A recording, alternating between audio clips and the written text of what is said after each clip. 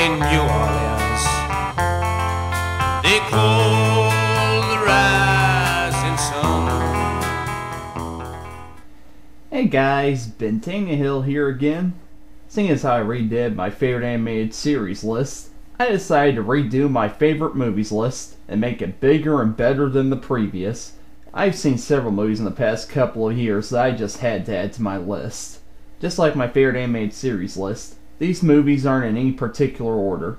Trying to decide what my favorite movies are in order is another form of suicide to me. I love all of my favorite films equally, and I don't think any of them are superior over each other. Remember, these aren't the movies that I think changed filmmaking as we know it, nor are they films that I'm putting on this list because everybody else likes them. These are my favorite movies. The movies that I'll always cherish, always watch, and never forget. Anyway, I've got a lot of movies to talk about, so I might as well get going. Here are my top 50 favorite movies.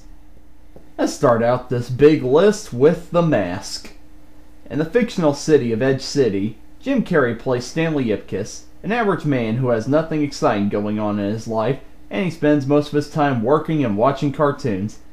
However, his life goes to the crazy side when he puts on a mask he found and becomes a live-action cartoon character who is hyperactive and mischievous. It gets dangerous when Ipkiss gets caught up with gangsters and has to find a way to keep Edge City from being taken over.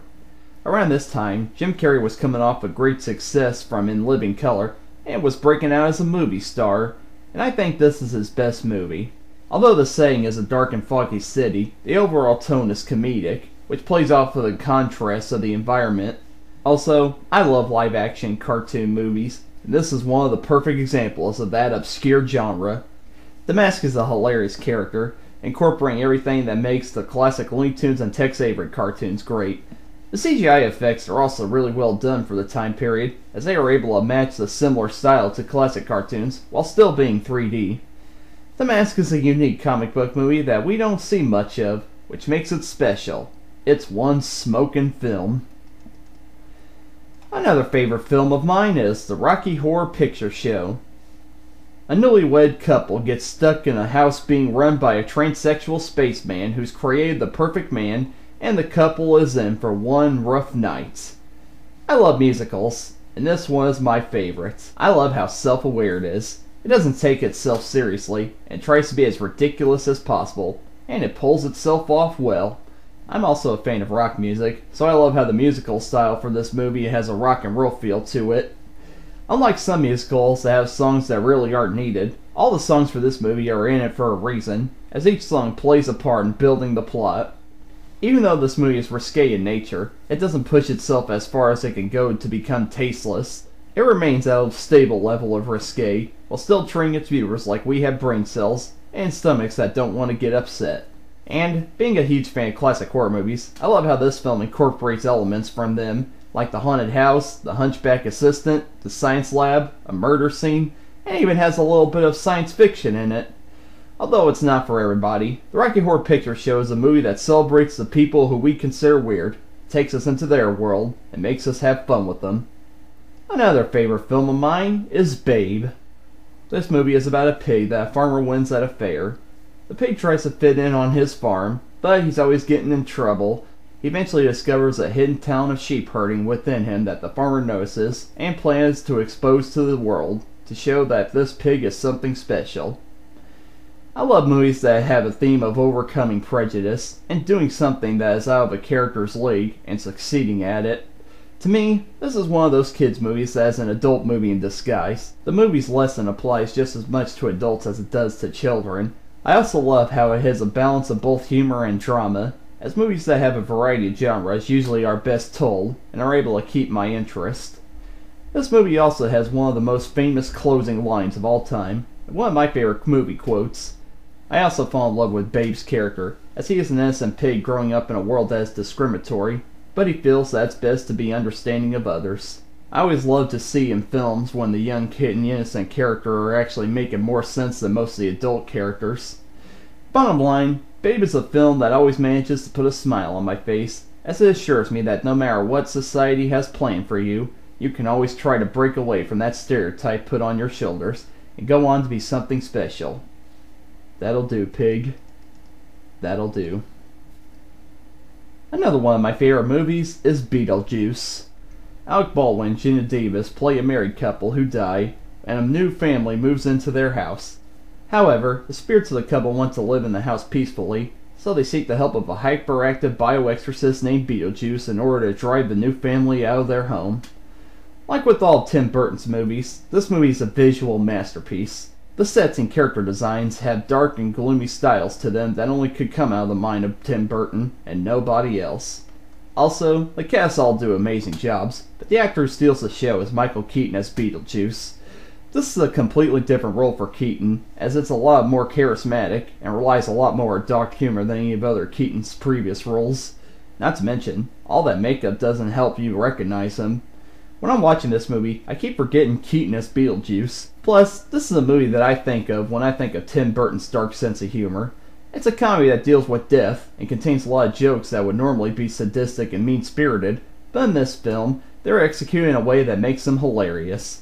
That's one of the things that Burton is good at, making people laugh at things that they would normally find creepy and uncomfortable. The music by Danny Elfman is also memorable, and the stop-motion effects look amazing even by today's standards. Bottom line, Beetlejuice is a frightfully good time. Once you put this movie in your DVD player, it's showtime. Another favorite film of mine is Captain's Courageous.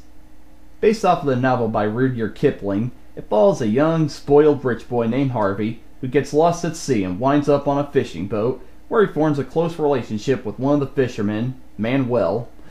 Many movie websites falsely say this movie's an action movie. It isn't. It's a drama. A well-written drama at that. It focuses on the relationship of characters rather than swashbuckling like action movies at the time. So, I don't think this is an action movie. I see it as an all-around feel-good movie. What I love about it is, in any other movie, I would hate the young boy. He's a whining little brat who is used to getting everything, and he doesn't do any work. However, there's a catch. In this film, he has to learn the importance of good work and responsibility, and it's fun watching him develop as a character. I also love the relationship that Harvey has with Manuel. It takes its time developing, as they form a strong bond towards the end of the film. However, this movie wouldn't have been as great if it wasn't for Spencer Tracy as Manuel. He was made for this role. He's able to play Manuel so naturally, making him somebody you would want to know in real life. He's really tough on Harvey, but he also has a soft spot for him. He's really serious and dedicated to his job, but he's also hilarious and loves having fun. It was said that Spencer Tracy wasn't satisfied with the performance shortly after this movie came out, but I think this is his best performance, and it proves why Tracy is a Hollywood legend. So, Captain's Courageous is one movie that makes me feel wonderful, and is an example of a drama that I actually love. Another favorite movie of mine is actually a trilogy of films, the Evil Dead trilogy. I decided to put them all in one spot because I think if you combine them all together, you get one complete movie. So, The Evil Dead concerns a small group of young adults who end up in a cabin in the middle of the woods, and end up becoming haunted and possessed by demons. Evil Dead 2 concerns the main character from the previous movie, Ash, returning to the cabin and being in for another frightful night. The final film, Army of Darkness, picks up where the last movie left off, as Ash is sent back to the Dark Ages and must find his way back to the present after he stops an evil army of the dead. What I love about these films is how much they stand out from all the other horror movies I've seen. When you get right down to it, the stories of all three films are one-dimensional, but the way they are executed makes them unbelievably incredible. The special effects are amazing, as they look incredibly realistic, even if what's being displayed on screen looks impossible. Even something as ridiculous as a hand walking by itself looks like it's possible in these movies. I also love Bruce Campbell as Ash. It's no wonder why everybody likes him. In these movies, he's amazing. He's able to stay calm and cool, even with all the crazy things happening around him. However, there are times when he himself falls under the madness. Finally, I love how each movie has different tones. The Evil Dead mostly relies on horror, Evil Dead 2 relies on horror and comedy, and Army of Darkness relies mostly on comedy. It's not the same movie 3 times in a row, and Sam Raimi made sure to change the formula a little bit, while still making the movies feel connected. So, the Evil Dead trilogy has got to be my favorite film trilogy. No other word sums these movies up better than the word groovy. The next film on the list might shock a few of you, but I can't help myself. This is a movie that is just so... well, it's The Room. In this low-budget independent movie, a man named Johnny is in a relationship with his longtime girlfriend, Lisa, who's cheating on him with his best friend, Mark. Johnny's world unravels as he finds out more and more about Lisa's secret. I'm surprised I was able to sum this movie up while speaking in a serious tone. Yeah, I bet a lot of you are probably confused as to why a movie this bad is on my list. Remember, these are my favorite movies, not the movies that I think are the most influential. Actually, this movie is influential in a way. I think of it as how not to make a movie. Actually hire actors, not your friends. Only write in plot points that actually contribute to the plot. Don't film scenes that have nothing to do with what's going on. And write a script that feels like it was written by an adult. So, what I'm trying to say is, it's miraculous how bad this movie is. It seems that every frame has something wrong with it which deserves to be laughed at. This is a movie that I feel I can watch if I'm in a bad mood and it would be able to cheer me up. The acting is so horrid, the dialogue is so juvenile, the effects are so cheesy, the plot is so repetitive, and there are several instances where I'm asking myself, what the heck was the point of that? Usually, bad movies are a chore to sit through, but this is one that's so bad that it just has to be appreciated for it. It's so enjoyably terrible that it's become a favorite movie of mine. This movie just proves just because something is horrendous doesn't mean it can't be loved. Another favorite movie of mine is Dazed and Confused. It's May of 1976, and a group of seniors celebrate the last day of school by sitting, talking, drinking, smoking, just having a good time. It's one of those movies that I just watch and say, yeah, that's high school. Although it takes place in the 70s, it applies to anyone who ever went through high school. It's so simple, and yet so amazing at the same time. It's just the regular activities of a group of seniors celebrating their final day of school, and that's about it. Normally I would find a movie like that boring, but since I connect so well to it, I really enjoy it, even get a little nostalgic. I also like to note that, as a classic rock fan, I get a real kick out of the soundtrack of mostly early 70s rock. The characters are also the kind of people who you went to high school with. They're not overly interesting, but that's what makes them feel so natural. Not one has a deep, dark secret or is actually an alien. They're just normal teenagers doing normal teenage things. All these actors do amazing jobs of making me feel like I can cut out pictures of them and put them in my yearbook. Dialogue feels realistic as the teens just talk about little qualities of life that teenagers usually talk about. They don't talk about the meaning of life or serious issues like that. They just talk exactly how you remember talking in high school. Dazed and Confused is a movie that I put in whenever I feel like reliving my high school years. It gets so much out of being so little. Another favorite film of mine is Nightmare on Elm Street. In a quiet suburban neighborhood, a supernatural killer named Freddy Krueger is haunting the dreams of local teenagers and killing them as they sleep. Now, it's up to one of the teens, named Nancy, to rise up and put a stop to Freddy. When it comes to horror films, it's hard to find ones that stand out amongst the rest, but this film is one of those standouts. The idea behind the story is enough to cause some uneasy feelings. Sleep is a wonderful state where you're at peace, and you're able to stay in quiet unconsciousness for a lengthy amount of time, so it becomes creepy when you find out that there's a person that can kill you in your dreams. Even though I never get scared of horror films, when a horror film has an idea that I can see me being afraid of if it were to happen in real life, then I know it's doing its job well. I also love how atmospheric the dream sequences are. They're not as elaborate or creative as they are in the sequels, but they still set an eerie tone that matches the rest of the film.